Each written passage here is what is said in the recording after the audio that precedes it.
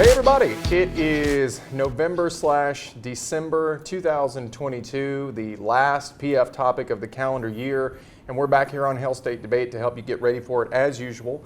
We have a mammoth topic, really, in my opinion, for this particular one, and that is resolve the United States strategy of great power competition produces more benefits than harms. It is a massive topic, literally a globe-spanning topic, so we're going to jump right into it. But as always, before we do, we will have the timestamps and the sources that we cite below in the description because we want this to be useful to you. If it is useful to you, make sure you like, subscribe, and tell a friend just so more people can learn about us. All of our social media will be in the description below, and per a request from a viewer, we're not going to do this every time, but we did have a specific request from one of our viewers to say hello to Miss Skirty, his debate coach. I hope I'm saying that right. It's S-C-U-R-T-I, so Miss Skirty, if you're out there, we greatly appreciate, obviously, everything our debate coaches do. They make this activity go. They are wildly undercompensated for all the work they do, so hello, and we appreciate everything that you do. So with that, in the interest of time, which is in short supply compared to this resolution, we will jump right into our initial thoughts. With me, of course, as usual, I have Devin Hutchins, ace debater for Mississippi State. So Devin, what are your thoughts on this topic? Yeah, I think that this is, in a way, it looks like a good topic, and we'll get into that later, but right now I just think it's a little bit too broad because this term is used in a lot of ways and in a lot of places. Especially specific reports from the United States government. But the problem is we don't really know what this term is. You know, this isn't the same as, like we talked about last time, building a train somewhere, right. Or building a rail system. Right, everybody knows what a train is. Exactly, right. That's completely concrete, and we know it's going to take X amount of money or X amount of time. But here we don't really know the specific policies or the competitions in place or what exactly the U.S. is going to do. Yeah, there's an interesting article by the Modern War Institute that we'll cite right out of the gate explaining kind of the complexity of defining exactly what great power competition is and the lack of an agreed upon definition. And I also agree, my first thought on this was it's arguably a little bit too broad. I think this just may be a bit too big and ambitious of a topic, frankly, to fit well with PF debate. It's obviously incredibly interesting, it's very educational on that front, it's fantastic, but we're talking about this like very broad ideological worldview in great power competition that cuts across military strategy, diplomacy, ideology, domestic policy. It involves, at minimum, two superpowers in the United States and China, as well as probably the world's most dangerous non-superpower and former superpower in Russia.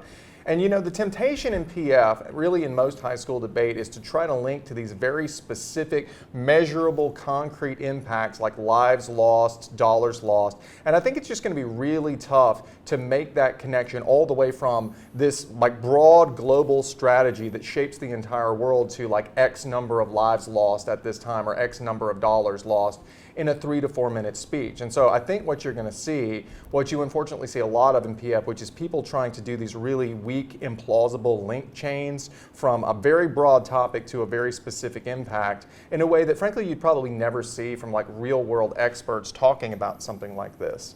But I will say that with every crisis comes an opportunity, and the opportunity here is for you and your team to prepare to cut the links, right, on your opponent's sort of weak, tenuous arguments, right? And so if you put in the work to understand where the links fall apart, you'll have a big advantage. And also, if you put in the work on your own case to sort of defend each inferential step in your case, knowing that that will be an area that's easy to attack, I think you'll have a big advantage on this topic. Yeah, I completely agree. I think as a former PF debater, this is a mirage of fun for PF debaters. This seems exactly like something that you want to go debate. This seems like the perfect topic. And then when you get there. Exactly. We're talking about international relations and competitions and sort of heated tensions, and yet at the same time, this is sort of a nothing burger in terms of hitting those impacts that PF debaters like to talk about, those hyperbolic, nuke war, or we're going to spend, this amount of money in Africa or in Asia to lift millions out of poverty. We're just not really going to see a lot of that. For me, I think the main thing is that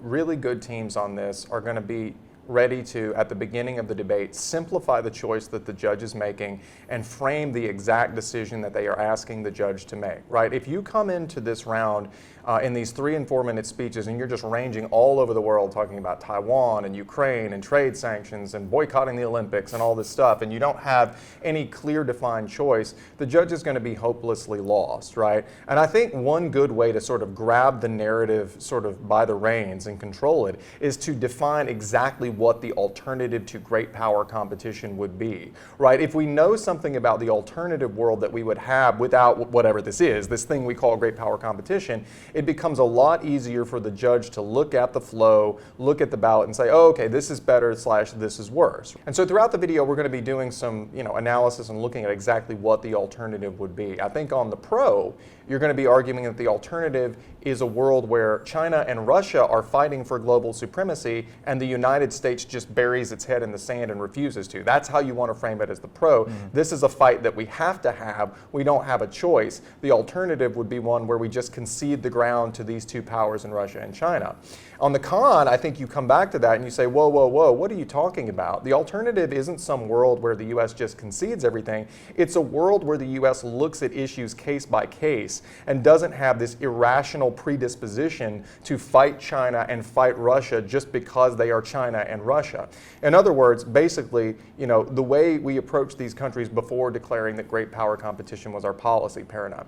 Anyway, at the end of the day, it's a really complicated topic. I think it'll become more clear once we jump into the definitions and framing. You got anything else on initial thoughts? Not really, other than I think that this is going to be, although it's not going to be what it sort of looks like it's going to be, it will be entertaining and substantive in some form or another. And I think that you can, as a good PF debater always does, find some way to make this entertaining. But either way, we've got to debate it, right? So first we're going to do, as usual, definitions and framing, then pro arguments, then con arguments, and then come back for some final thoughts.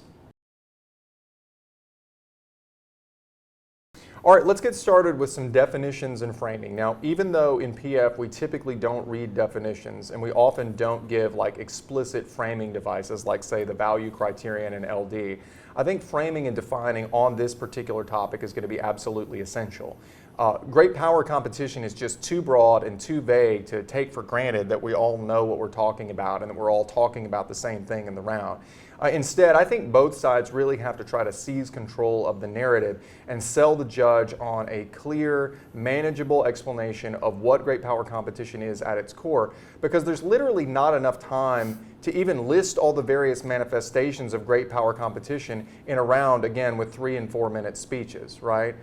So if you can provide a clear, well-reasoned narrative that says, look, here is the core feature of great power competition. Here is why all the secondary issues, all the noise notwithstanding, it's basically good and necessary, or it's basically bad and unnecessary. You're going to be playing offense throughout the entire round while your opponent is struggling to explain what they're even talking about, particularly at early tournaments on this, and particularly with judges who are maybe not dedicated, experienced PF judges. So just to get started chronologically, the United States strategy of great power competition. Now, obviously, this is the most important concept in the round. At the outset, I think it's important to understand that this phrase, the United States strategy of great power competition, refers to a very specific, current, explicitly stated foreign policy strategy of the United States.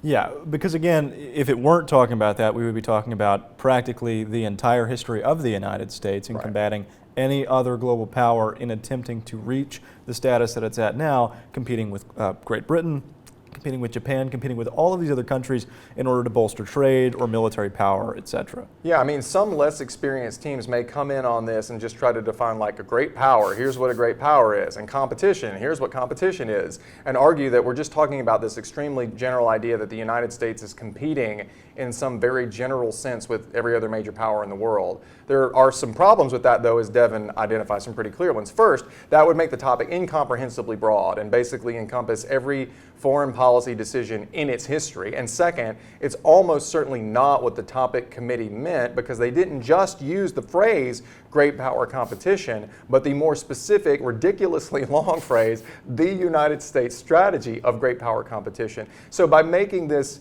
very specific reference to strategy as opposed to just the general way that all governments in the history of the world have competed against each other, right? So just to be clear, when experts talk about the United States strategy of great power competition, what they mean is a foreign policy strategy, or some people would say maybe a general paradigm or a philosophy. Whether it's a strategy is debatable, we'll come back to that, toward two particular rivals, China and Russia, that was articulated in specific documents, the United States National Military and National Defense Strategies, which were published in 2017 and 2018. And then arguably there was a precursor to it during the Obama administration in 2015.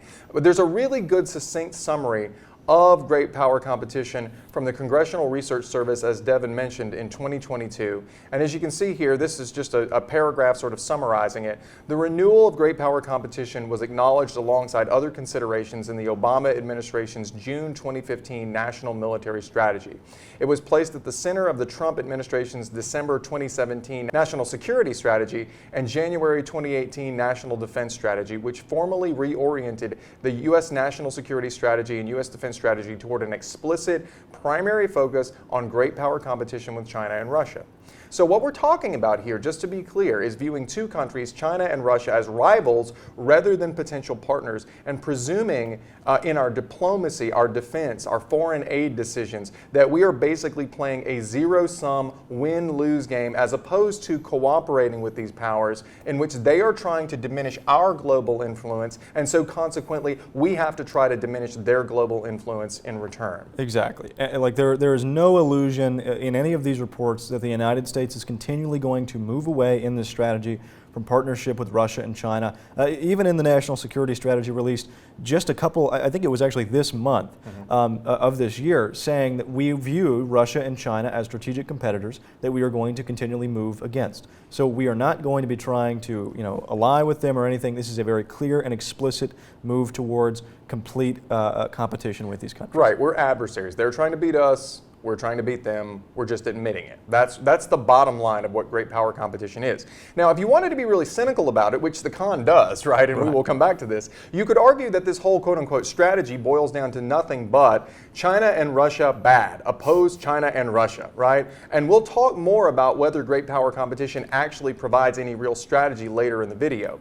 Now, if you want to really understand the deeper parameters, and there are some deeper parameters of great power competition, you do need to read primary sources. In other words, you do need to read these documents from the United States government where they lay out this strategy. And honestly, it's probably as important on this topic as on any topic I've ever seen to be able to narrow things down and speak in practical terms about what the resolution is and is not. Teams that cannot do this are going to get rolled by teams that really have a concrete understanding of what great power competition is and isn't, because they're going to have the other team saying, oh no, that impact you claim, right, that you said it was caused by great power competition, Chinese trade sanctions or whatever it is. No, it wasn't. That could absolutely have happened in any world. That was happening before great power competition. It has really not changed since great power competition. And if you can't respond to that, to someone with a concrete understanding of what it is and isn't, you're just going to get stuck. All of your impacts are going to go away. So the first thing you want to do is take a look at the 2017 U.S. National Security Strategy, which is often cited as the first decisive, unambiguous statement by the U.S. about, I'm just going to call it GPC from now on. I think we're going to spend half the video like literally saying great power competition. But what GPC is, I'm not going to read all of this. We're going to put a lot of text up on the screen, but just a few key things, right?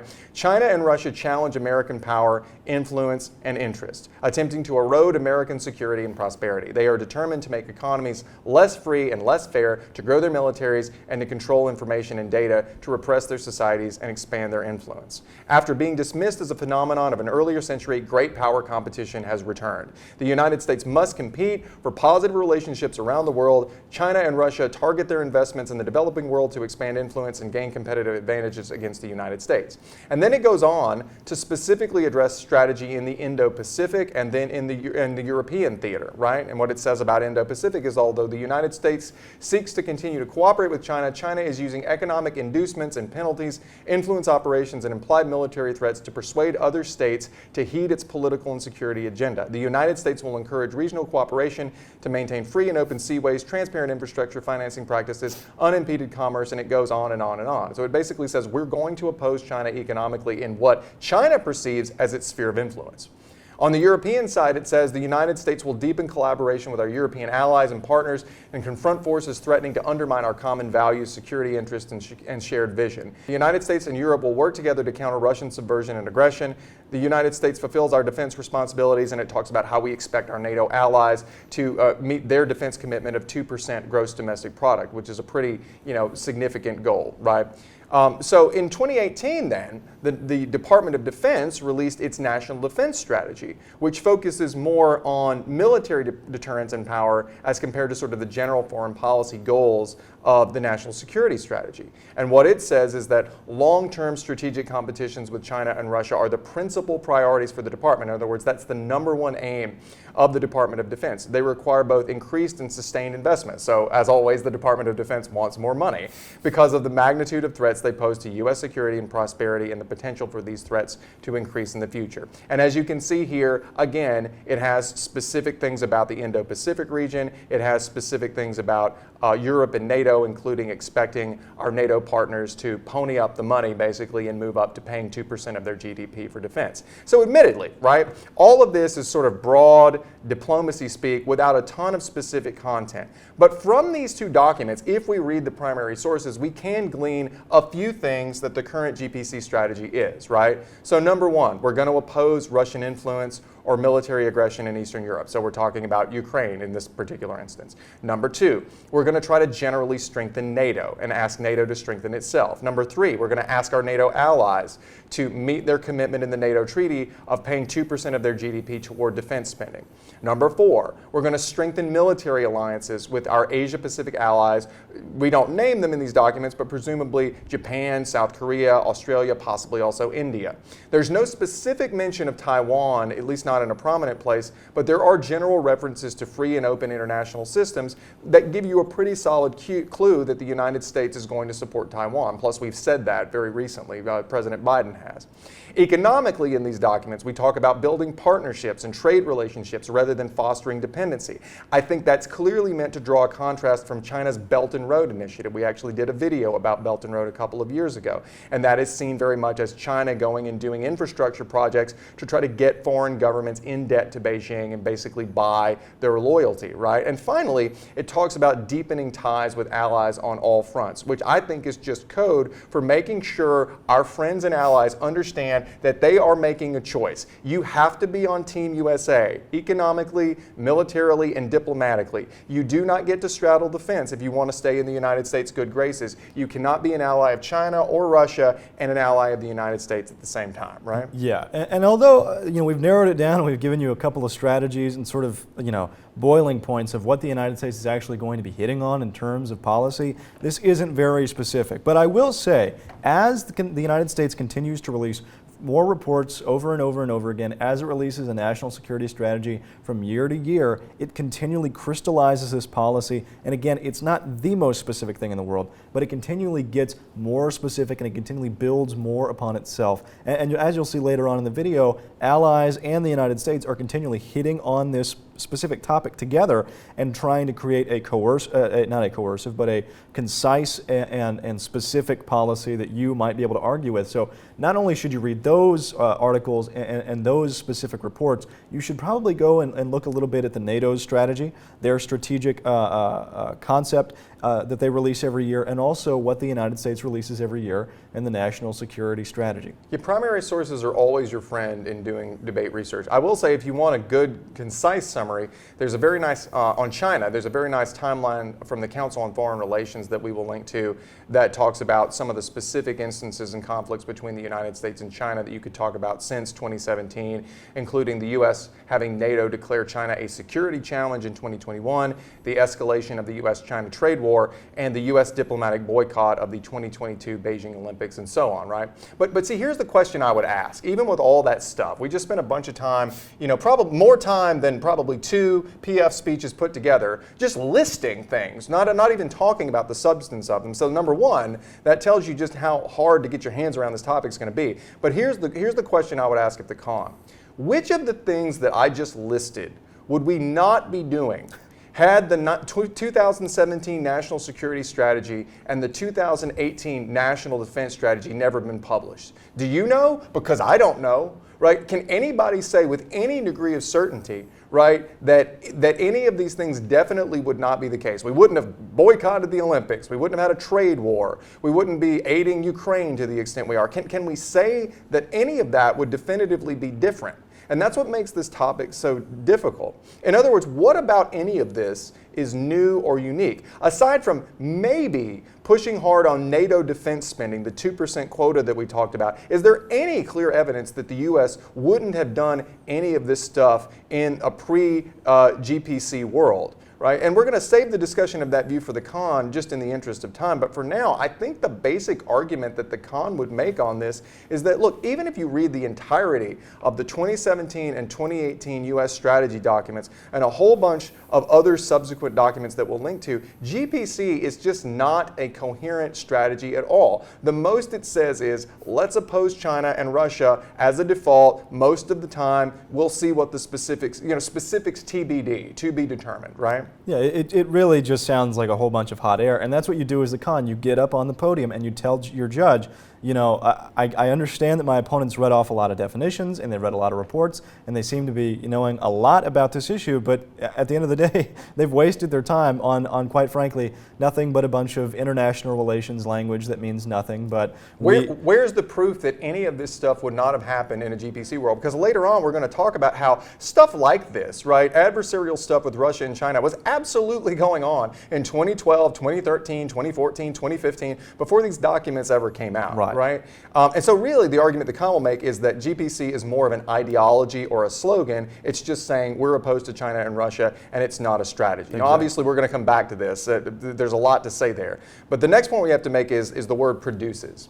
Small point in this is that produces is in the present tense. This is not a big issue, but just note that the topic committee probably used the term produces in the present tense to keep the topic from being focused solely on like past benefits and harms, as if they had used the term has produced or like did produce, or future benefits like will produce. So in other words, I think the topic clearly encompasses both the already existing harms and benefits, whatever those may be, right, of GPC, but also likely future outcomes. So I think that's the reason why we use kind of the generic present tense of the verb produces. Yeah, I mean this is sort of a new thing coming on. This is a new strategy, so you can't get a bunch of studies that crystallize what exactly this has done. So a lot of the work here on the pro and on the con is going to be saying what's going to happen or what has happened due to strategies either akin to this or that look exactly like this. Now when we talk about benefits and harms, I have two questions I think that we need to answer. The first is benefits and harms to whom? And then secondly, something we've already kind of touched on, benefits and harms as compared to what? So on the first one, benefits and harms to whom? So one broad framing question that needs to be answered in every debate is whose benefits and harms are relevant? Specifically, are we talking about the cost benefit to the United States or to the entire world, like including Russia and China, or maybe to some subset of the world like US allies? And obviously the answer will dramatically broaden or narrow the list and the magnitude of potential impacts. They may even change or like reverse the polarity of a given issue. For example, some aspect of great power competition like cost might conceivably be a net negative for the US alone, but maybe it would have like net positive benefits if you count the US and all of its allies, right? To be fair, there's plenty of literature running both ways. That is looking at great power competition from a US perspective alone and also looking at the global impact. So I think you'll have to be, ready to approach, both views and to argue which one is better in a lot of rounds. But I think that the easiest default, and the one that I would probably run if I were debating on this, would be to build both cases, the pro and the con, around the assumption that we're talking about what's net beneficial for the entire world, or at minimum, what's best for the United States and its allies. And I think that's because we're talking, not about purely domestic policy issues here, but rather about overarching strategy for foreign policy and global leadership for the most powerful country on earth. So your typical judge, just like by default, is probably thinking, the interests of people who are not Americans count here. It would be kind of weird if they didn't, right? Right. We certainly don't want to construct a scope that's just going to limit on the United itself. And you shouldn't limit yourself if you know that it's going to produce X benefits for X country in X continent. But again, you are not trying to limit the scope to U.S. benefits because we already know that U.S. interests are being promoted just by virtue of this policy. The United States is not going to try to pursue something that's going to hurt it or is going to destroy any sort of aspect of U.S. Hegemony. Yeah, I think if you tried to limit it just to the United States, you'd probably end up spending a good portion of your very precious time on this very complex topic trying to defend why you were doing that and explain to the judge like why you thought it was legitimate to limit it just to the United States when clearly the interests of the whole world are at stake, right? Right. So on benefits and harms as compared to what? And I think this is one of the most key questions in the entire debate. You can't meaningfully assess the net benefits of anything unless you have an alternative scenario to compare it to. So imagine the resolution where eating at McDonald's produces more benefits than harms. And the pro's first contention is if you don't eat at McDonald's, you'll starve to death. This assumes that the costs and benefits are weighed against a world in which you do nothing. You literally just sit there and don't eat anything rather than eating at McDonald's, which is unrealistic, right? On the same resolution, imagine the con argues that the harms are that you consume far more saturated fat and other harmful substances than if you ate like a perfectly balanced, locally sourced, organic meal of whole foods. This assumes a perfect alternative scenario is available to you. And that may be equally unrealistic depending on where you are, how much money you have, and what the circumstances are. This topic is no different. When you're asked to talk about the net benefits and harms of a foreign policy grand strategy, you have to sell the judge on what a world without that grand strategy would look like. If you don't, it's like having a fraction with no denominator or a fraction with a zero denominator. It's irrational. It doesn't make any sense. Now, some other folks who are talking about this resolution, I've been looking at it online, have offered some very interesting suggestions about what the alternative might be. I like the fact that people are thinking critically about this. I think some of them are very good ideas. But it got me to thinking, I want to walk through some of these suggestions that I've seen because they may be things that you're thinking about and just talk about why I'm a little bit skeptical of some of them before we move on to like the alternatives that I think are the best, because I really do believe that this is the linchpin of the framing of the case. Like if you win what the alternative is, your job becomes much, much, much easier, as you'll see later in the video. So one of the first suggestions for what the alternative might be that I've seen in a couple of places is the global war on terror. Now, this is an easy default because there's a strong argument that the United States' broad grand strategy immediately prior to great power competition was the 20-year-long global war on terror. It seems to decisively favor the pro, right, given how badly the global war on terror ended up.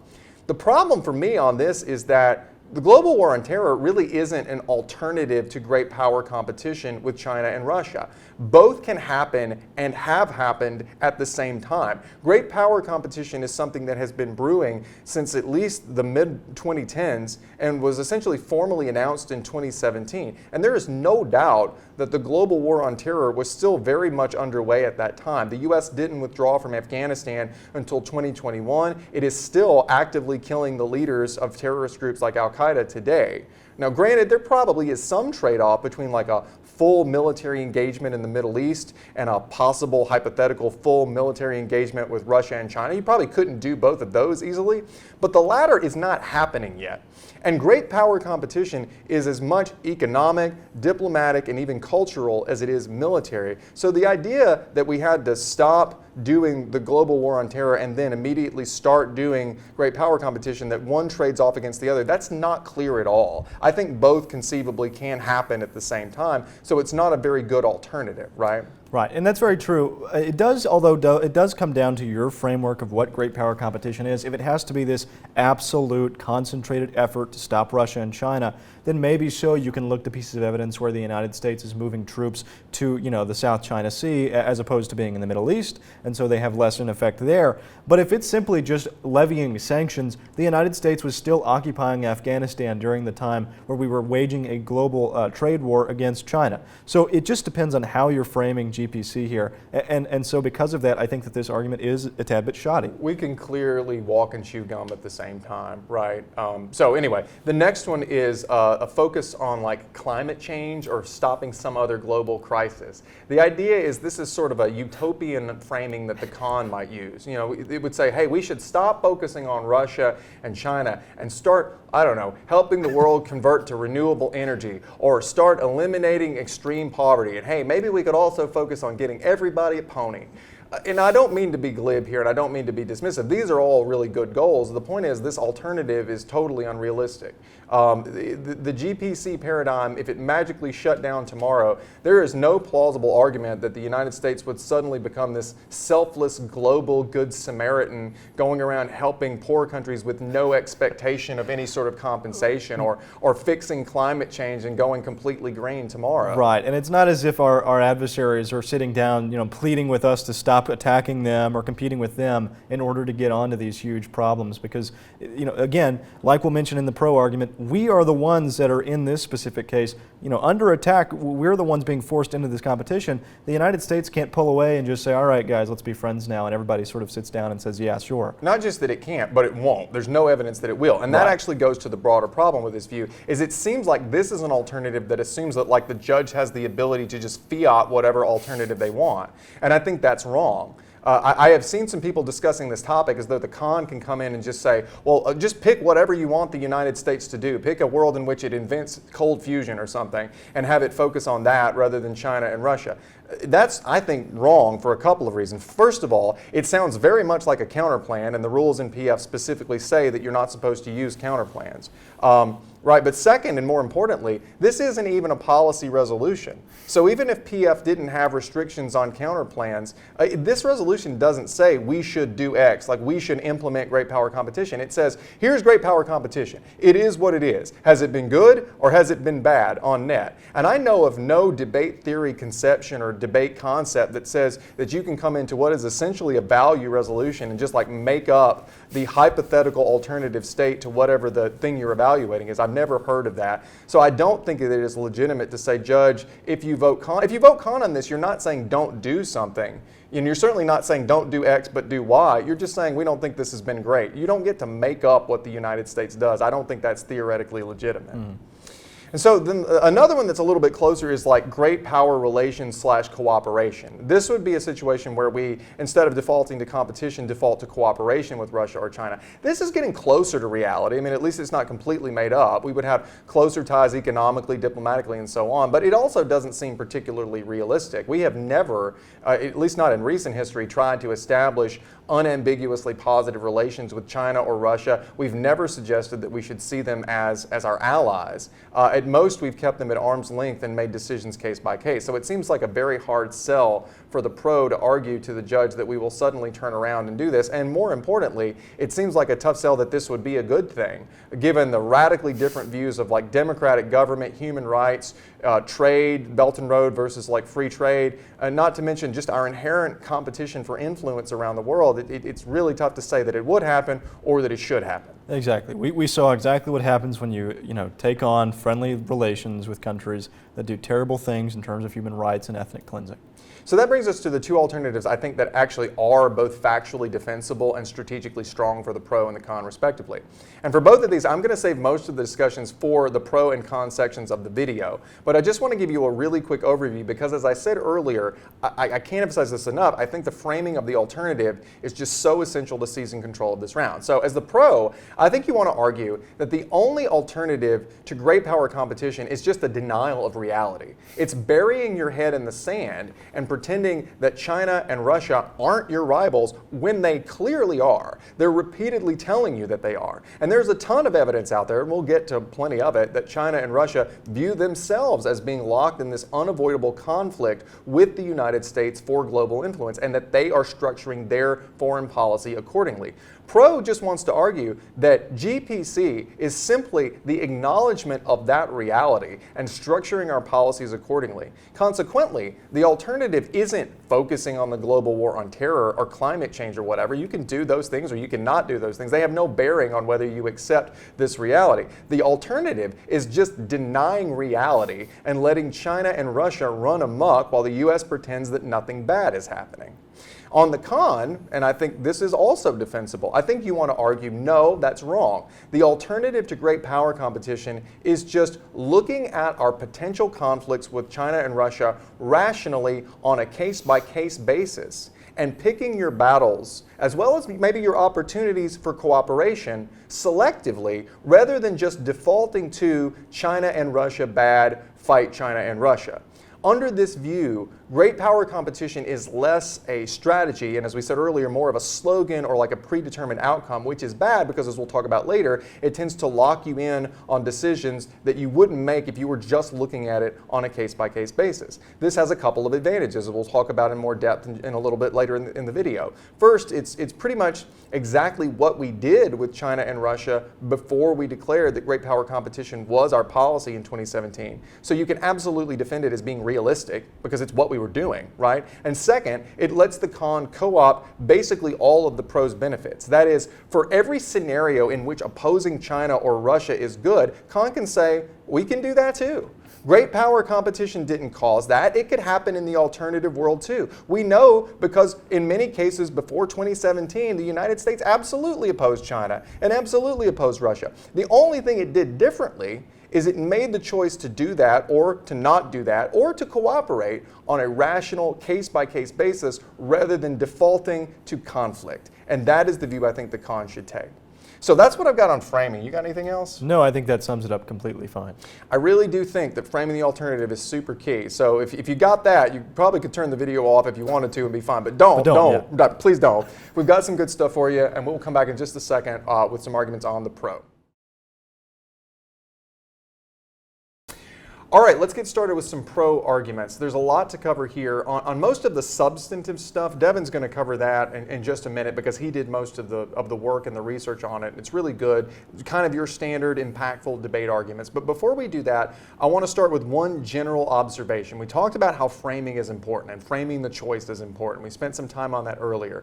So the first argument I have on my outline is that there is no alternative but for the United States to compete. My grandfather once said to me, after I was in a little bit of an altercation at school, that if the other guy decides that you're in a fight, you're in a fight. It doesn't matter whether you want to be in a fight, because the only alternative is to just curl up in a ball, and then, to be fair, it's not a fight, it's a beating. But if you don't want a beating, then when the other guy decides it's a fight, then it's a fight. And in the world today, you know, in terms of global politics, Russia and China have indisputably decided that they are in a fight with the U.S. for either global hegemon status, like with China, or at least credible rival status, like in Europe, as with Russia.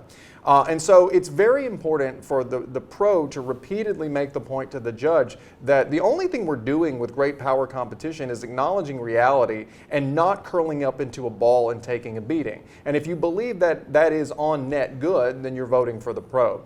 To show that this is the case, you know, one sort of initial, I guess you'd call it like inherency type argument is you want to be able to show that Russia and China actually view it this way, that they see it as a zero-sum competition with the United States. Well, Russia has been very explicit about its contempt for U.S. dominance and its desire to erode or replace it. Practically every time Vladimir Putin speaks, at least since the beginning of the Ukraine war, he says things like this. So this is from the Associated Press in September of 2022. It just says Russian President Vladimir Putin on Tuesday blasted what he described as U.S. efforts to preserve its global domination and ordered officials to boost weapons production amid fighting in Ukraine. Speaking while receiving credentials from foreign ambassadors to Moscow, Putin said the objective development toward a multipolar world faces resistance of those who try to preserve their hegemony in global affairs and control everything Latin America, Europe, Asia, and Africa. He added that the hegemon has succeeded, the hegemon meaning the United States, has succeeded in doing so for quite a long time, but it can't go on forever regardless of the developments in Ukraine. Or you can look to this from Business Insider in April, quoting Russian Foreign Minister Sergei Lavrov. It says, Russian Foreign Minister Sergei Lavrov said Monday that Russia's unprovoked war with Ukraine was meant to, quote, put an end to U.S.-led global domination and the expansion of NATO, a report said. So they really could not have been more clear that their objective is to remove the United States as a hegemon and expand their own influence at sort of a zero-sum cost. Now, China has been a little bit less blunt than Russia. And that's typically the case. China is a lot more diplomatic. They're much more tightly controlled. They tend to talk less and smile more, if you will.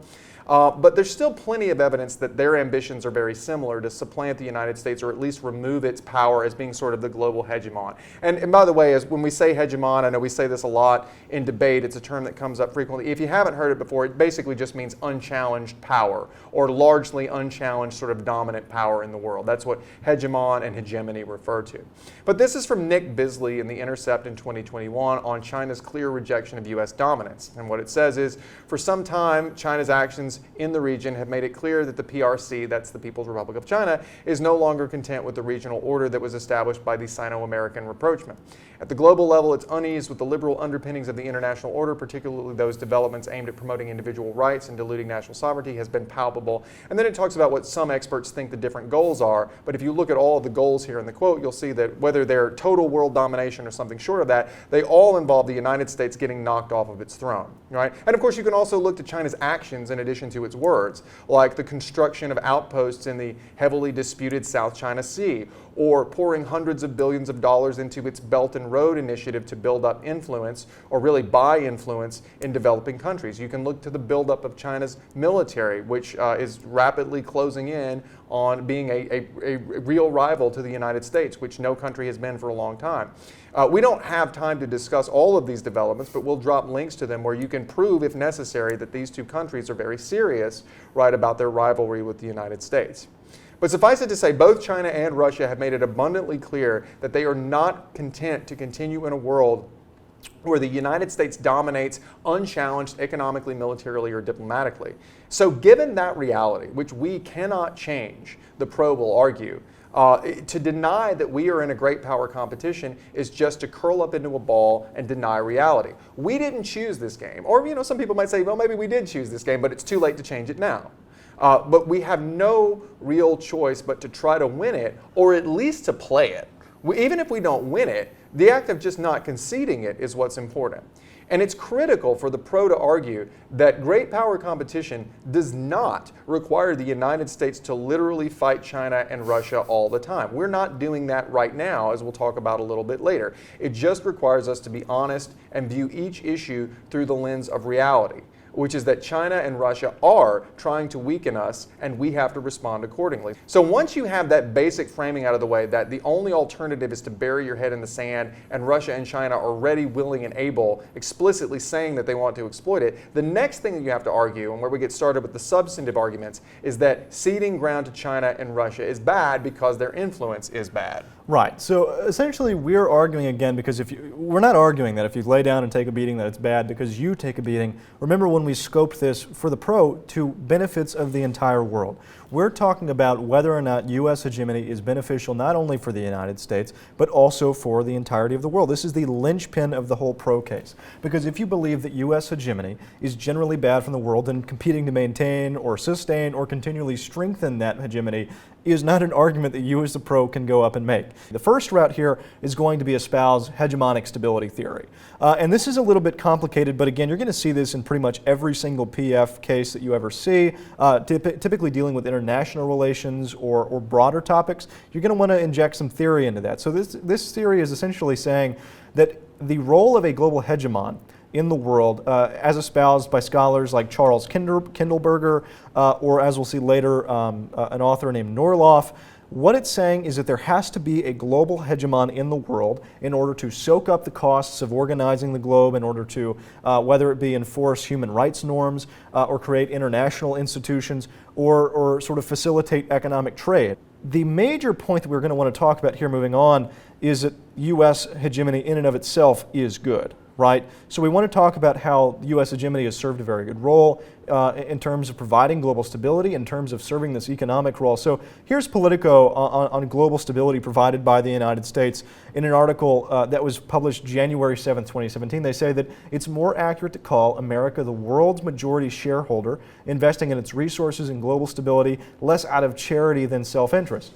So even though we might be saying the United States here isn't, the most benign or benevolent actor in the world, they're doing these things and they're doing good things maybe even because of its own interest, but they're still doing good things. Later in the same article in Politico, it says the United States and its allies in the wake of World War II built a web of institutions that had an ideological goal to reduce the risk of another murderous global conflagration. And the basic idea here is that it really doesn't matter at the end of the day whether the U.S. is perfect or really even whether the U.S. is good or bad, selfish or benevolent. The mere fact that you have one dominant global hegemon by itself is the best barrier to a great power war like World War I or World War II. And of course, today, a world war would be orders of magnitude worse than even those terrible events because everyone involved, at least the major powers involved, would be nuclear powers. So there is an opportunity here using hegemonic stability theory, using the idea that having someone who's the big boss, no matter who it is, prevents these conflicts, links to really huge impacts like potentially linking to nuclear war. Khan is definitely going to want to try to link to the risk of nuclear war with things like the escalation in Ukraine. This gives the pro the ability to push back and say, even if you think the United States is terrible, the very act of removing and replacing a hegemon, the instability that comes with that, leads to the risk of a great power conflict, which is arguably the worst thing that can happen. And if you want a summary of this, there is a piece by Alex Ward in The Diplomat from 2014 called Only the U.S. Can Prevent Great Power War. And what it says is by keeping good relations with partners and allies, deterring adversaries, reversing the perception of its decline, and leveraging technological capabilities for global good, there's a decent chance that the U.S. can make the great power war incubation period fade away. In other words, Ward was worried that we were already then in a period in which great power war was in the making. And he believed that the United States and only the United States could stop that by holding on to power. He says, should the United States not seize the moment and ensure that China is a responsible partner in the current global system alongside it, then the chance of great power war cannot be dismissed, however remote. So he does admit that it's remote, but even a small percentage chance of a massive global war is an incredible impact. And you can argue, for example, if you want to look at it historically, that the U.S.'s status as a hegemon empirically has made the world a less bloody place just by preventing major power wars. So, for example, if you look at this data from ourworldindata.org, it has a really good website about the casualties in the 20th century in war and peace, and we'll link to that. What it shows you is this massive decline in the number of deaths in state conflicts throughout the 20th century. And admittedly, there has been a little bit of a spike at the beginning of the 21st century. But what you can see here is whether you think that the United States is good or bad, the number of fatalities in war has dropped dramatically. It's kind of like, if you want to use an analogy, if you ever watched, Game of Thrones or the new, the House of the Dragon, right? So the Targaryens, right, they have dragons that can go around and burn people and just kill everything. It doesn't really matter if the Targaryens are good or bad, right? There's not going to be nearly as much war if you have somebody with a bunch of dragons who can just immediately shut it down. It might not be a perfectly just world, but it'll probably be a less warlike world. Beyond that, though, I think that most of the time, in most rounds, the pro is going to want to go a step further and argue that Chinese influence, and also later we're going to talk about Russian influence, are themselves bad. And I realize that it's unfashionable among educated, smart people in maybe somewhat more small L liberal environments to say that the United States is better than anybody else. But China and Russia are pretty bad in a lot of respects. I mean, the United States has a lot to be sorry about, but China and Russia have some very serious problems, and I think it's worth in these rounds pointing out to most judges just how bad a world in which they were dominant might be. Yeah, it's easy to rag on the U.S., but right. As you'll see through the rest of this whole sort of video, there is a lot to be wary of in terms of letting Russia or China be the decision makers for a number of countries. And getting back into this argument, the point of this is, when you are in round, you need to make a reference point for you to point back and say, Judge, we know what the United States has done with its hegemony. We know what it's done with countries that sort of fall in line with it. We know that it's increased economic openness or this, that, or the other. And then you go into China is bad, Russia is bad, and you say, this is what our future looks like without great power competition. And in and of itself, that is beneficial, and that's why you vote in favor of the affirmative today. So very clear that these are the ambitions that they have. Why then is this bad? Right. Well, the first one is unchecked Chinese influence leads to foreign aggression. This is actually one that I found. This is from Hoffman and Orner. I think it's in War on the Rocks, which is an interesting, kind of blunt, clearly spoken website about foreign policy issues. And it talks about how we're seeing the return of great power proxy wars. Proxy wars are wars where we don't actually fight each other as great powers. We have smaller powers sort of fight on our behalf. And what it says is that, as Dominic Tierney has correctly noted, future Chinese interventions could be problematic for international stability and U.S. security. Looking ahead, Chinese intervention is set to increase, he concluded, since China's interest will keep broadening. Its appetite for energy and raw materials will enhance its perceived stake in the stability of other countries, and its growing capabilities will boost the temptation to act. So basically, if you think that the U.S. going to war for oil was bad, and it was, right? We agree. We as the pro agree that war for resources is bad. But while the U.S. is just now finally pulling back from these Middle Eastern wars, China and its billion-person economy are really just at the starting line, is what this piece argues. And if the United States concedes dominance, we will see an era in which China will be much more aggressive in going out and securing its own interests, sometimes through economic influence, but we can increasingly predict, in other cases, through destabilizing and even through military intervention. Next point on why growing Chinese and Russian influence is bad is that great power competition checks harm to the climate. And so initially you want to show, and this is not very difficult to show, that China's growth, and to some extent Russia, but China is sort of the main culprit here, that China's growth poses a danger to the climate. So this is from David Brown of the BBC in 2021. There are many sources you can find for this. This is just one example. It says China became the world's largest emitter of carbon dioxide in 2006 and is now responsible for more than a quarter of the world's overall greenhouse gas emissions. China strengthened its commitments in 2020, but Climate Action Tracker, an international group of scientists and policy experts, say its current actions to meet that goal are, quote, highly insufficient. Far from shutting down coal-fired power stations, China is currently building new ones at more than 60 locations across the country, with many sites having more than one plant. Now, there are two ways to link this to great power competition in the pro. The first one is to argue that just as China grows larger and grows more economically dominant, if the United States allows it to do that, becomes sort of the global economic hegemon, if the United States cedes that, then that will definitely have some effect on expanding China's economy, which should increase its carbon footprint. That's a link, but it's kind of a weak link. There's a much stronger link that you can make, which is to show that great power competition over climate change will actually cause both the United States and China to do better, and that this will be a win-win for everybody. This is an article from Elliott Smith on CNBC in 2021, and it's called U.S. and China's Next Economic Battle Will Be Over Climate Change, Experts Say. And what it says is, having long been at loggerheads over trade, technology, and capital markets, the world's foremost economic superpowers are turning their attention to climate change as the next path to commercial supremacy. China outspent the U.S. by nearly 2-to-1 on energy transition-related investments between 2010 and 2022. But then it talks about how a climate war between Washington and Beijing will follow the tech war and trade war as climate change becomes the dominant economic and political theme of the coming decades. It's not just about saving the planet. We believe climate strategies offer a route to global supremacy, as much more is at stake here. The economic impact of climate could reach $69 trillion this century, and energy transition investment needing to rise up to $4 trillion per year. Energy independence and supply chain control are also at stake, with the geopolitical balance of power linked to peak oil in 2030.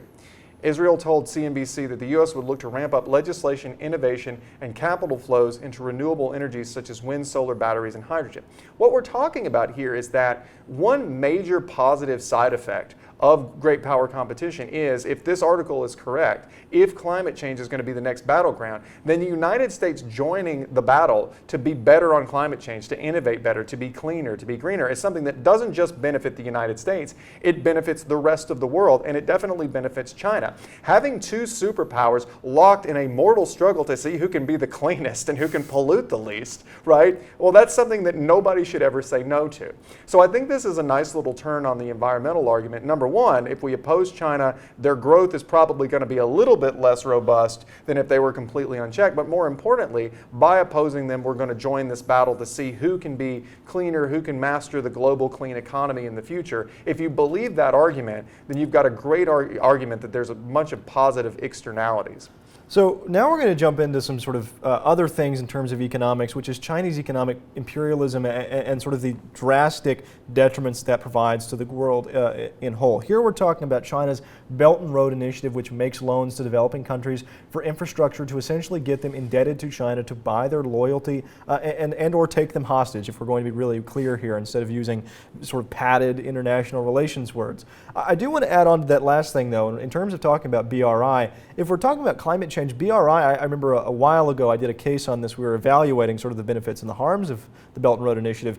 Specifically, China, whenever they give money to countries in order to expand their energy infrastructure, they give them money just enough to build coal plants, or they might even instruct them specifically to build coal plants. So that might even be another economic argument there, that if China starts to, or if the United States starts to win countries over from the influence of the BRI, it can very easily win countries over from just building more coal plants and polluting the earth.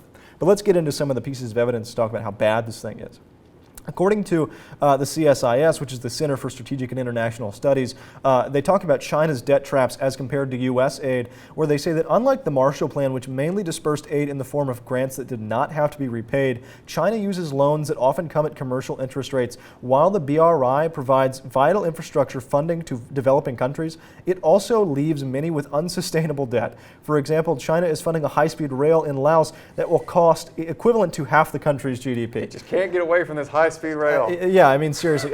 Imagine that if a country came to the United States and they said, we're going to build a railway for you and it's going to cost $15 trillion. Right. That would be the literal equivalent of what China is doing to Laos right now. And they don't just do this to Laos. Which, by the way, if you were paying attention to our last video, might actually be how much No, it costs. that is very, very realistic, and probably it costs way more than that. It would probably cost 100% of GDP. But you know, China approaches countries like Laos and other very economically sort of down on themselves countries and gives them hundreds of billions of dollars in loans that they know they can't pay off.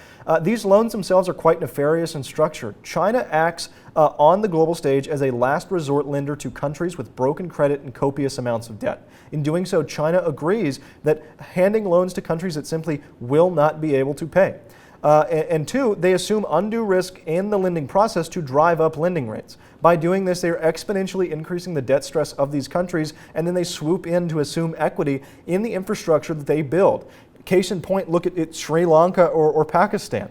Right? What China will do is they will come in and they will say, look, I know that no other international lending institution wants to give you money like the IMF or the World Bank. Here's our plan for giving you X amount of billions of dollars. We're going to charge you this amount of interest, which is far and beyond what any other country would pay on any loan, because China assumes quote unquote risk. But they do this knowing that they're going to go back into the country, know that they're not going to be able to pay this back, and then they're going to literally take exactly what they built. After Sri Lanka could not repay the interest on its debt, China agreed to take equity in the port, which is essentially saying that China is going to take ownership in the port. Yeah, exactly. Now they've got another port, another strategic location. Which is perfect, because not only do they own a port, but it's in another country that is doing trade with other countries. And so then China has a tighter grip on the way that the world does trade.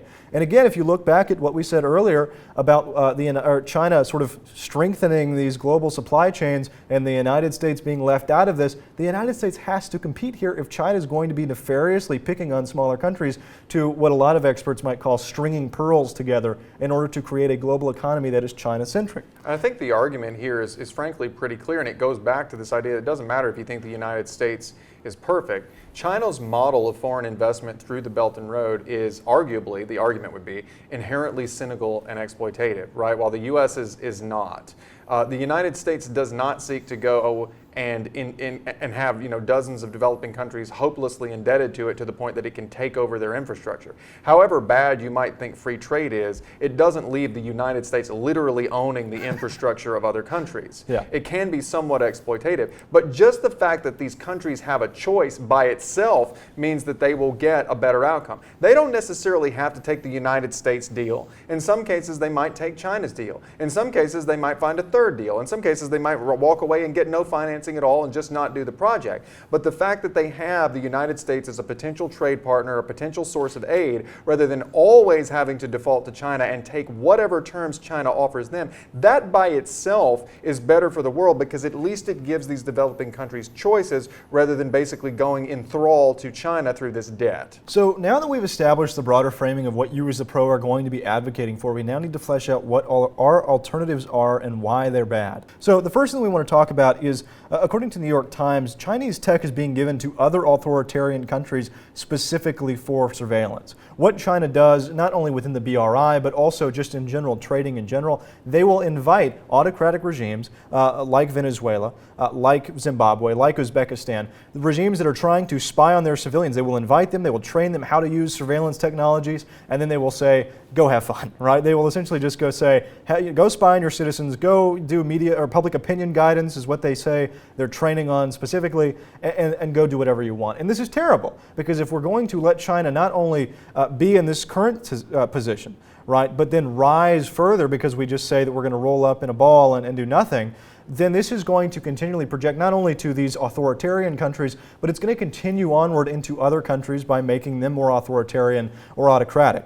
Another thing is that Freedom House says that China's international surveillance efforts are continually expanding, and not only are they doing this by trade, they're just selling this equipment to these countries that might approach them, but they particularly are propagating this sort of way of controlling their society. They are propagating this method of population control in order to subjugate massive amounts of people and not allow them to democratically express themselves, which again, I'm not going to do the fleshing out here, but we could make very good arguments as to why democracy is a good thing, and you could link to certain specific impacts within your case. I think it's pretty clear that China is a country that has no reluctance to spy on, control its citizens, things like social credit scores, if you're familiar with that, keeping tabs on citizens.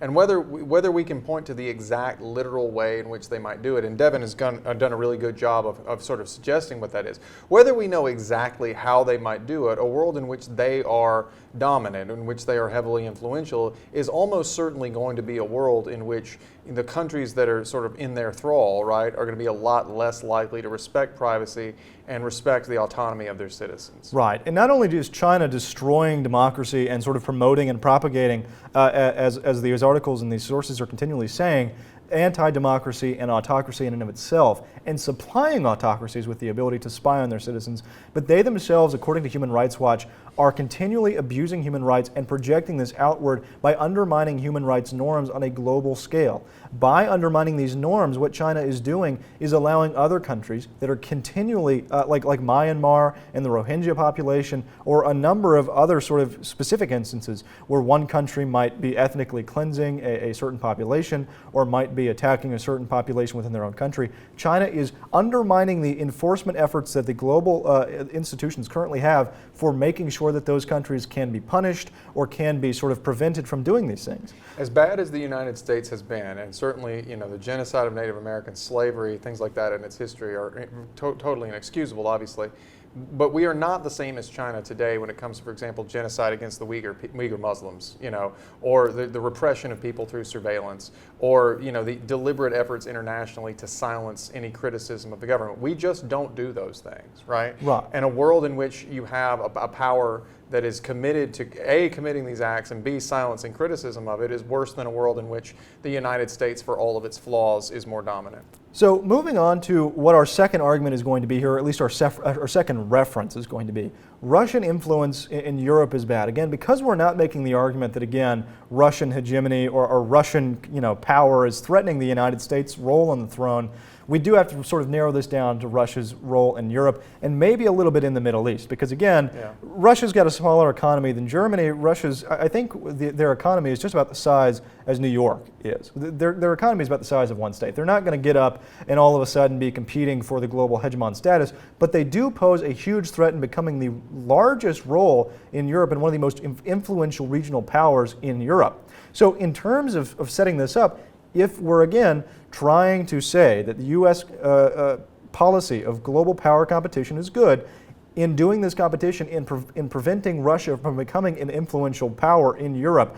So one of the best sources on this is going to be Atlantic Council, talking about what Russia actually does with its current amount of influence and what it does within its own sphere of influence.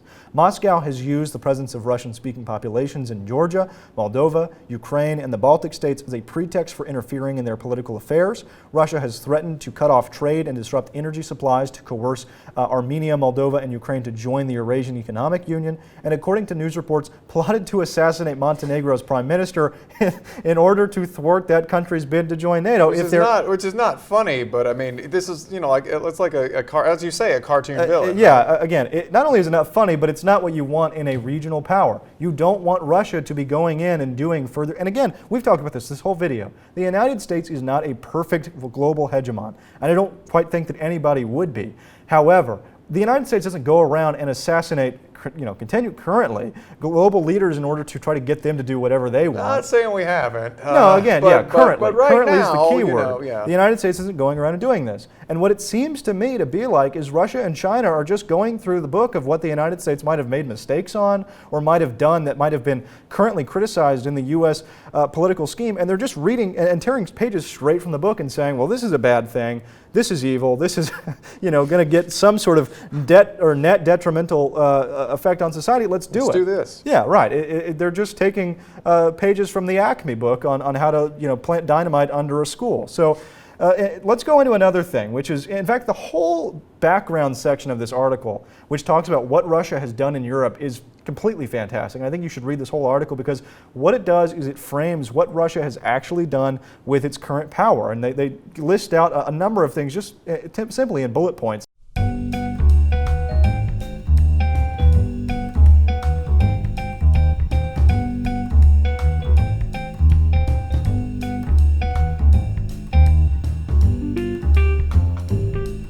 So with that, I know it's a lot to take in, but those are the arguments we have on the pro. So give us just 1 second. We'll come back with the arguments on the con.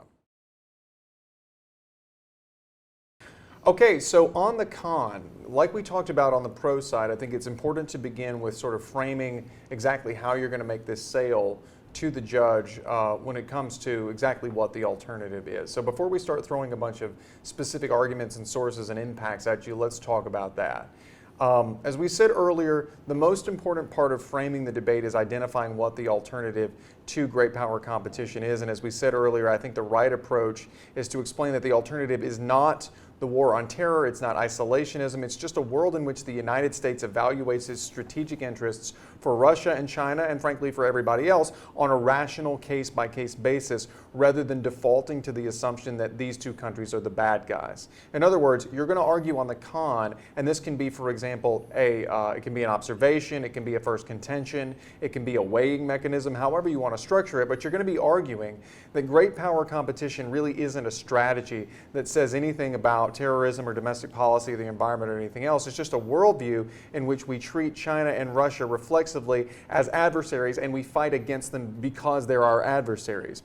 And what we're saying is the con is simple. A world where the United States predetermines that it's going to oppose Russia and China just because is more harmful and less beneficial than a world in which the United States rationally looks at each conflict. It looks at Ukraine, Taiwan, Turkey, the South China Sea, exchange rates, tariffs, the environment, and so on. It looks at them rationally on a case-by-case basis with no preconception that we just have to oppose them because they're the opponent. If you want a summary of this view, you can look to Daniel Larison in 2022. He writes, defining U.S. foreign policy primarily in terms of great power competition is a trap that risks overextending the United States and allowing its foreign policy to be dictated by Moscow's and Beijing's actions. Washington needs to recognize the limits of U.S. power as it experiences relative decline in a world with two major rivals, and it must seek to cooperate with those rivals on issues of global importance for the sake of all concerned, while managing tensions with them to avoid the disaster of another great power war. Instead of being guided by a poorly defined framework of great power competition, the United States must chart its own vision for its foreign policy that does not aspire to counter every move that Russia and China make in the world. We certainly aren't saying don't push back on Russia and China as the con in circumstances where it makes sense. That's totally unrealistic. We've never done that. There's never been a time when the United States didn't push back on Russia or China when it made sense. All we're saying is don't commit in advance to fighting with them on every front before you even know what the circumstances are. You can still do all of the things that the pro wants to do to the extent that they're logical and defensible on their own case-by-case merits. You just don't have to do the ones that don't make sense. Now, there are a couple of strong reasons to prefer this interpretation of the topic. First, it's more realistic. This interpretation reflects what great power competition actually is. Great power competition provides no specific guidance on how to compete with China or Russia. It's just a general predetermination that we will compete with them. And there are plenty of good cards to make this point, but one example is from Emma Ashford in Foreign Policy on 2021. And she talks about how GPC is basically poorly defined. Unfortunately, for all that great power competition has been Washington's favorite buzzword in recent years, it remains frustratingly poorly defined. Indeed, most commentators skip right past the big questions. Why are we competing? Competing over what? And go straight to arguing about how to achieve victory. Since the possible answers to these questions range from the entirely reasonable, that Western states should engage in collective defense of liberal democracy, to the dangerous and utterly unrealistic, i.e. that Washington should be pursuing regime collapse in Beijing, it's hardly something we should ignore. Or if you want another source, there's a very good piece from Mateusz Kandryk, I think that's how you say it, I could be wrong, in 2021 on how great power competition simplifies a multipolar world. And what it says is the failure of great power competition as a concept is almost absolute. Great power competition exploits intuitive or implicit understanding of what great powers are, while it gives no solid clues on what actors should policymakers consider relevant and why. States compete all the time. Great power competition provides close to zero helpful guidance on how decision makers should act and, most importantly, what they should seek through competition with others. Based on this assessment, great power competition seems like a hollow, unhelpful, and even eventually dangerous bumper sticker slogan. And then finally, there's this from Ali Wynn, a senior analyst with the Eurasia Group. If you articulate and pursue a foreign policy that is in large measure designed in opposition to competitors, you almost from the get-go are ceding the competitive turf to your competitors. You're allowing your competitors to dictate the terms of competition. So you place yourself in a reactive defensive position, which I think really you should be trying to place yourself in a proactive affirmative position. In short, great power competition is not a coherent strategy. It is a political slogan. At best, you could say it's maybe sort of like Black Lives Matter in that it maybe has laudable intentions, but it doesn't give a lot of guidance. Or at worst, you could say it's like Let's Go Brandon, in that it just sort of expresses disdain for the opponent without any clearly stated areas of disagreement, much less any substantive responses. And this is bad because it makes the US's responses less strategic, but also because it lets your rival know in advance that you will basically fight them whenever, wherever, so that they can strategically manipulate you into fights that aren't in your interest.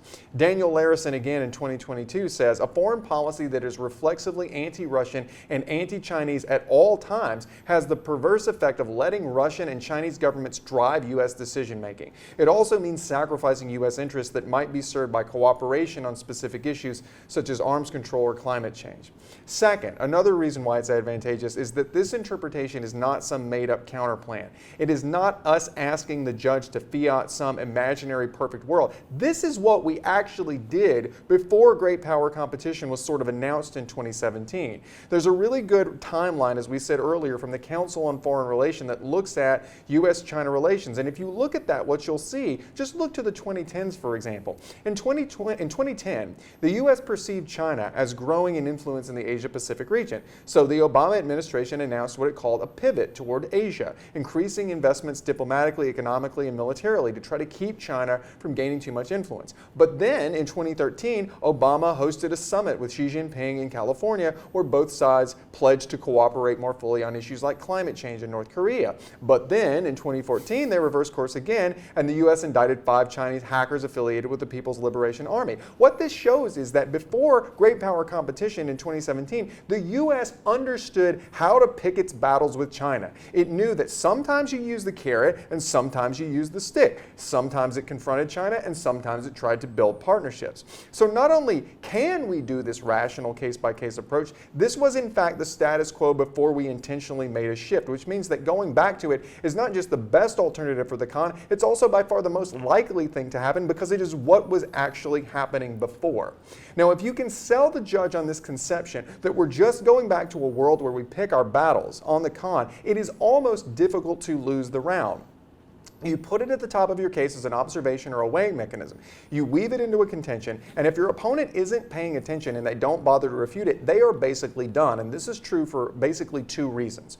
First, it lets the con absorb all of the pro's impacts by saying, look, in our non-great power competition world, we would have done that good thing that you're talking about too if it made sense. So again, just looking at China as an example, if it was a good idea to impose tariffs on China in 2017, we, the con, in a world without great power competition, we could have looked at the numbers and we could have done that too. If it was a good idea to label China as a currency manipulator or boycott the Beijing Olympics or whatever, we could have done that in a non-great power competition world. The only difference is, and this is the net difference in the round, in a non-great power competition world, we aren't locking ourselves in to fight China on every stupid front where it doesn't serve U.S. interests or global interests. So if it doesn't make sense to pledge to defend Taiwan, and we will argue later that it certainly doesn't, we don't have to commit to do that just because we've decided in advance that China is the bad guy. In other words, con can essentially dismiss all of pro's impacts as non-unique, saying we can do those things too if they're really so great, but then point to all the downsides of locking ourselves in and say only we as the con avoid those things. In other words, tell the judge that the pro is offering you all downside and no upside. But secondly, you can talk about how rational case-by-case decision-making is the alternative. It just gives you a good place to talk about how vague and unhelpful great power competition is and how it provides no real guide to decision-making like we talked about earlier with the Kundrik and the Ali Win cards, right? Now this leads to a second point, and this is the second tag that I have in my outline, and it's nothing with a source. It's just a general observation that I think the con needs to use, which is that the pro has no empirical evidence, no reliable empirical evidence of the net benefits of great power competition, and as such, you should default to the con. This isn't so much a substantive contention as it is tactical advice. But for the con, I would strongly consider preparing either an observation or maybe like a backline block type argument that says, look, judge, if you're confused or unclear as to what events great power competition did and did not actually lead to, then you should default to voting con because it was the pro's burden to make that clear to you. In other words, great power competition is incredibly vague and provides no clear guidance on what to do or not to do. So it is impossible for the pro to point to events that decisively would not have happened in a non-GPC world or would only have happened in a GPC world. They're basically running an experiment in which they can't even tell you which samples are the test subject and which samples are the control subject. They don't know. They can't tell you for sure. And because pro has the basic burden of proof, in other words, the resolution makes a statement. If you agree with it, now there has to be some evidence to make you agree with it, right? If there's a total lack of reliable evidence, then you default to con. We do this with anything. If you say, you know, I believe there are 29 chairs in that room, and well, how do you know that? I'm just guessing. I just think there is. Oh, I don't have any proof there aren't 29 chairs in that room, exactly 29 chairs. But if somebody just said it and had no reliable evidence of it, you would default to saying no, con, voting against that, right? So basically, at the end of the round, if you're not sure exactly how the world would be different, if the U.S. had not released these two documents in 2017 and 2018 saying, yep, we're in a great power competition, then you can't justify signing on to this resolution. And because you don't know what you would have gotten, Judge, our opponents can't tell you where the line is, you can default to voting for the con. Right. So our next argument is going to be that U.S. hegemony is bad. And just like the argument on the inverse where we say that U.S. hegemony is good, if the final objective of a strategy is harmful and misguided, then it doesn't matter how effective or ineffective the strategy is. But let's go ahead and get into some of these detriments of hegemon status in general. The first one would be, I think, that just a general observation that hegemon status is bad for the U.S. and bad for the world. Right, so this comes from Ryan Cooper in The Week in 2020 on why hegemony basically is bad for everybody. And we'll pop the quote up on the screen. But the basic money quote is that when one country is so strong it can do basically whatever it wants, its internal pathologies and neuroses become the world's problem. It is not a coincidence that the most decent, best governed countries in the world, Taiwan, New Zealand, Nordics, do not have the option of flying off the handle at a minor provocation and turning half a subcontinent into a smoking, blood-drenched hellscape. It talks about how U.S. hegemony has led to some of the worst things in the world, particularly over the last 20 years, with just endless, expensive, bloody wars, with us trying to assert our dominance over the world, and wherever that may be, right? Right, and not only that, but most people see the United States as a great threat to peace. In fact, they see it as the greatest threat to peace. According to Paul Street in the Canadian Dimension in 2018, in talking about global resentment of U.S. dominance, again, we'll pop the quote on the screen, most people see that the U.S. is a greatest threat to peace. According to Paul Street from the Canadian Dimension in 2018, on the global resentment of U.S. dominance, according to a global survey of 66,000 people conducted across 68 countries by the Worldwide Independent Network of Market Research, at the end of 2013, Earth's people saw that the United States was the leading threat to peace on the planet. The United States was voted the top threat by a wide margin. And they had a good reason for this, because the objective fact is that U.S. dominance has had a massive death toll. There's a number that you can attach to it.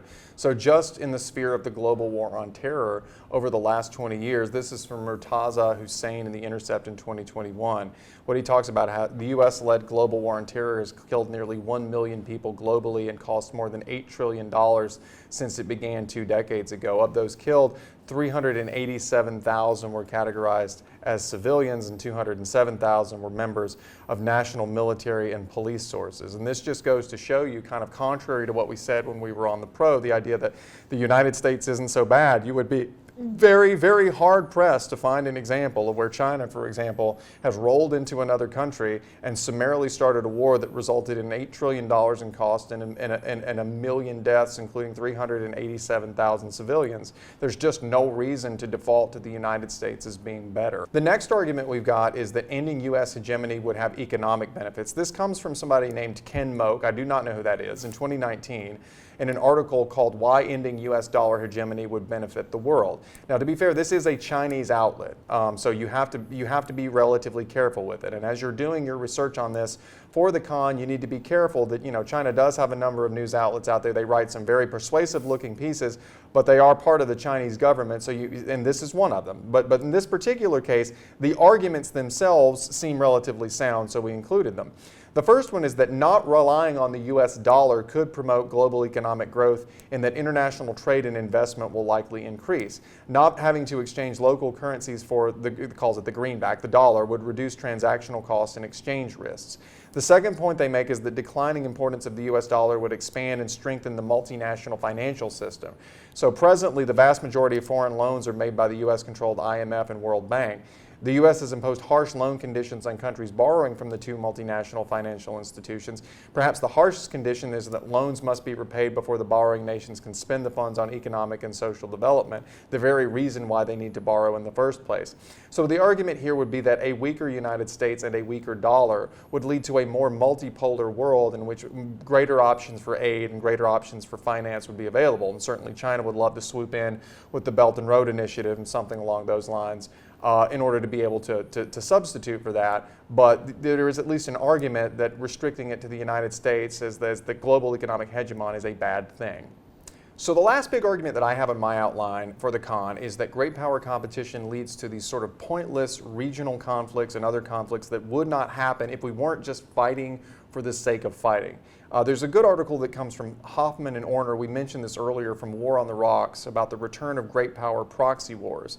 And it talks about how, in a world where we have conflict between great powers, we're probably not going to go straight to the idea of a great power war, or immediately to a nuclear exchange. More likely, what we're going to see, as you can see here, it says, throughout history, great powers have often competed by supporting proxy forces. That's basically smaller countries that sort of fight on behalf of each of the powers.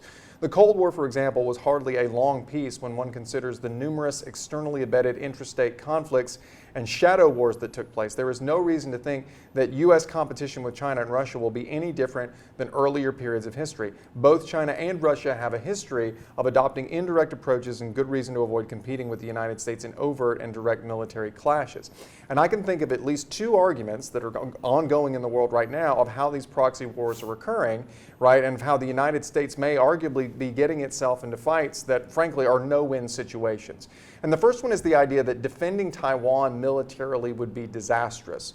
One very concrete thing that great power competition has done, if we're wondering what it will do, is that it has led the U.S. to preemptively announce that it would defend Taiwan militarily if China invaded.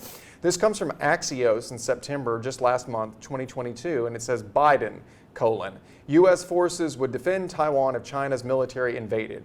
President Biden again vowed in an interview Sunday that American forces would defend Taiwan if China's military invaded the self-governing island, prompting the White House to stress that U.S. policy hasn't changed on the matter. Biden said during an interview with CBS's 60 Minutes airing Sunday that U.S. forces would defend the democratically run island if in fact there was an unprecedented attack.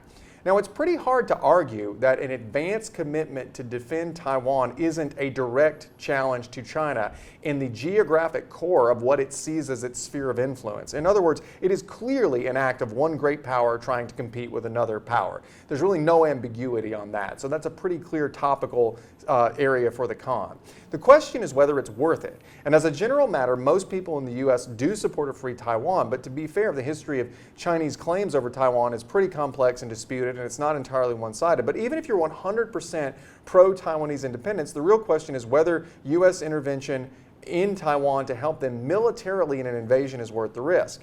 And there's a strong argument that it's not, that it would be disastrous. So this is from Colonel Daniel Davis in The Guardian in 2021, and it's entitled, "The U.S. Must Avoid War with China over Taiwan at All Costs." It says, America should refuse to be drawn into a no-win war with Beijing. It needs to be set up front. There would be no palatable choice for Washington if China finally makes good on its decades-long threat to take Taiwan by force.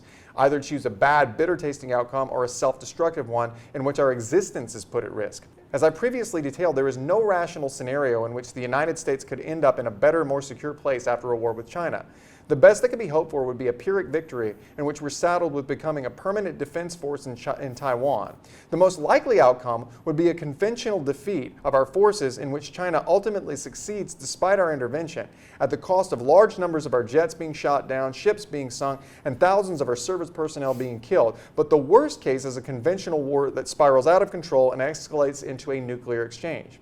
Now, to be fair, there are counter-arguments in the same article, where the author says that instead of military defense, the U.S. should lead the international community in imposing crippling sanctions on China, which would arguably be a great power competition kind of thing to do, which again is why this is such a difficult topic to argue.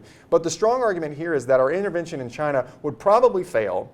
It's not strategically justified. We like democracies, but we don't intervene in every war in the world, and it could very plausibly lead to a nuclear exchange. The only reason we're doing it is not because it's rational, it's because we have just committed in advance, and our president, Joe Biden, has committed in advance for us to go in and fight a war that would basically have, according to this article, no good ending. So I do think that arguing that there's no good outcome in Taiwan and locking ourselves into that kind of a fight is a bad idea, is a pretty strong one for the con. But then, as I'm sure you could predict, at the other end of the spectrum, there's the argument about intervention in Ukraine, and specifically using Ukraine as a tool of foreign policy to weaken Russia. Nobody sympathizes with Russia's unprovoked and illegal invasion of Ukraine, but there are real questions about whether the U.S.'s chosen response was a wise one. Specifically, the Biden administration has been extremely open about its goals of using the conflict in Ukraine to inflict maximum damage on Russia, its military and its economy. And it has said very openly that short of actually entering the war, the U.S. and its allies will do basically anything they can to use Ukraine to cripple Russia. Here again, indisputably, these are the actions of a great power competitor, someone trying to weaken its rival. And here again, the problem is that this approach is helping to contribute to a major escalation and maybe even potential existential threats with no obvious upside for the U.S. or its allies. So this comes from George Beebe with the Quincy Institute for Responsible Statecraft in 2022 on how Ukraine exposes the dangers of great power competition.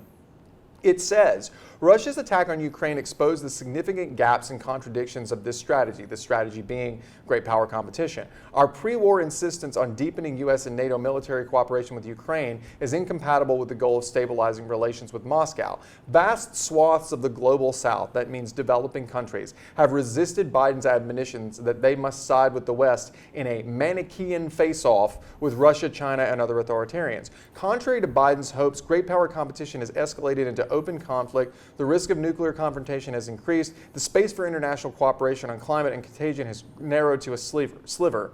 Nuclear war is the clearest and most urgent existential threat facing the United States. Finding a way to contain these dangers through formal or informal arms control and confidence building measures is essential. So what we're basically saying here is that, it might have been one thing to try to sort of de-escalate the Ukrainian conflict, to try to push Russia back, to get Russia to accept maybe some small gain in terms of territory, but the United States has done the opposite. It has done exactly what a great power rival would do, which is to basically keep giving arms and keep giving aid to Ukraine, impose massive sanctions, and explicitly say repeatedly in press releases and things like that we are trying to cripple and weaken Russia. This pushes us closer and closer to, number one, escalation of the conflict, but number two, a nuclear brink, right? And this is where, the con can make a plausible nuclear war link and to say, look, we are as close. This is not some crazy policy debate, loony argument that nuclear war might happen. Experts overwhelmingly agree that we are like closer than the Cuban Missile Crisis. We are as close as we have been to actual nuclear extinction, maybe since World War II, when we actually dropped 2 atomic bombs that the United States did. And by forcing this standoff in an attempt to humiliate and discredit and disable and cripple Russia's ability to do pretty much anything, the United States is pushing us toward a brink. And if it doesn't happen this time, then it'll happen next time, or it'll happen the time after that with China. And so I think that this is a perfectly plausible topic for which the con can make a very reasonable link to the risk of nuclear annihilation. And then you can, of course, read all the cards that say that like even a 1% risk of nuclear annihilation is the biggest impact in a round because everybody dies, right? So that's what I got on the con. You got anything else? I think that sums it up pretty well. Well, it has been a very long video, so let's wrap up now with some final thoughts. So, really quickly, some final thoughts. My final thought is very similar to my initial one. Hopefully you can see after all the time we spent on this that framing is super important. I think that teams that come in and are able to frame the basic choice, and the one we've suggested is a world in which we're making rational choices as opposed to being just predisposed to conflict, or on the aft side, a world in which we accept the reality that conflict is happening whether we like it or not. The more you're able to do that kind of framing at the beginning of the round, and hopefully, if you're lucky, the less astute your opponents are and the less prepared they are to fight back against that, or maybe they just completely ignore your framework, which would be great, the better off you're going to be. Yep, and no different than what Brett said. If you're going in as the AF or as the con, your job is to tell a story, and your job is to make sure that the story makes sense and is put together and is unique, right? That when you get up there, that this is what global power competition is, or this isn't, or on and on and on and on. You have to frame the round such as so that you can actually get those impacts into the round, and you can actually win. If you don't, or if you can't, you definitely will lose. You definitely won't be able to provide any way in order to win that round, no matter how nice you are or whatever. You have to get up there and you have to say, this is what this is, even though this is the most confusing and blatantly broad topic you could probably ever think of as the MPDA topic commission. This is something that you're just going to have to hone in on. And like we said at the beginning of the video, play the ball conservatively.